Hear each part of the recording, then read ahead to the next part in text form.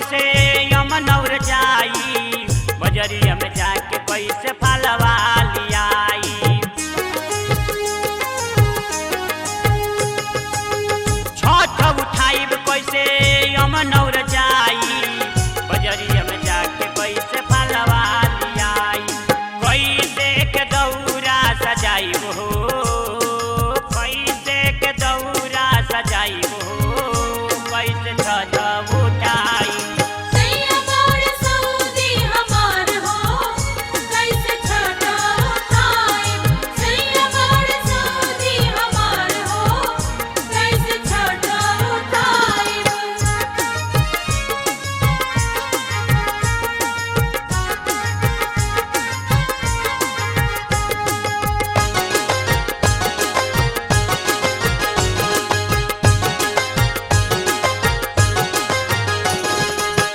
ससुर बारे आन्हर सास बारी लंगरी, देवरा तो हरदम रहेला उ बहरी।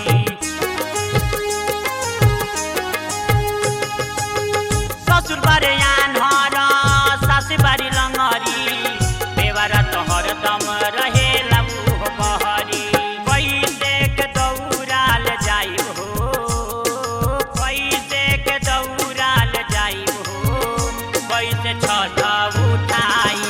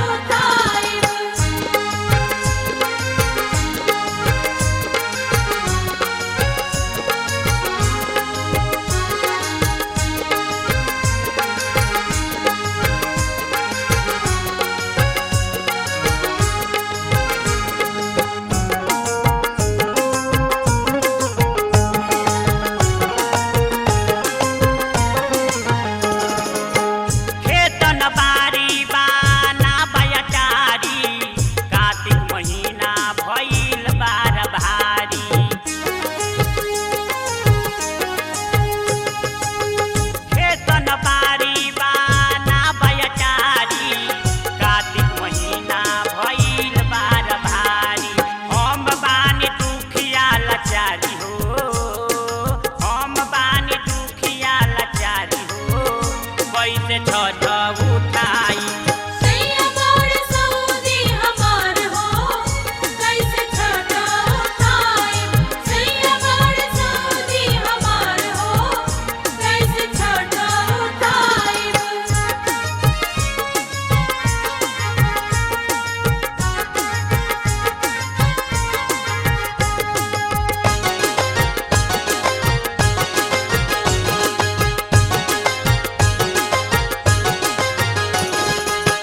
सैया जी रहते तो सब कुछ मंगैती, सैया के माथे पर दौरा उठैती।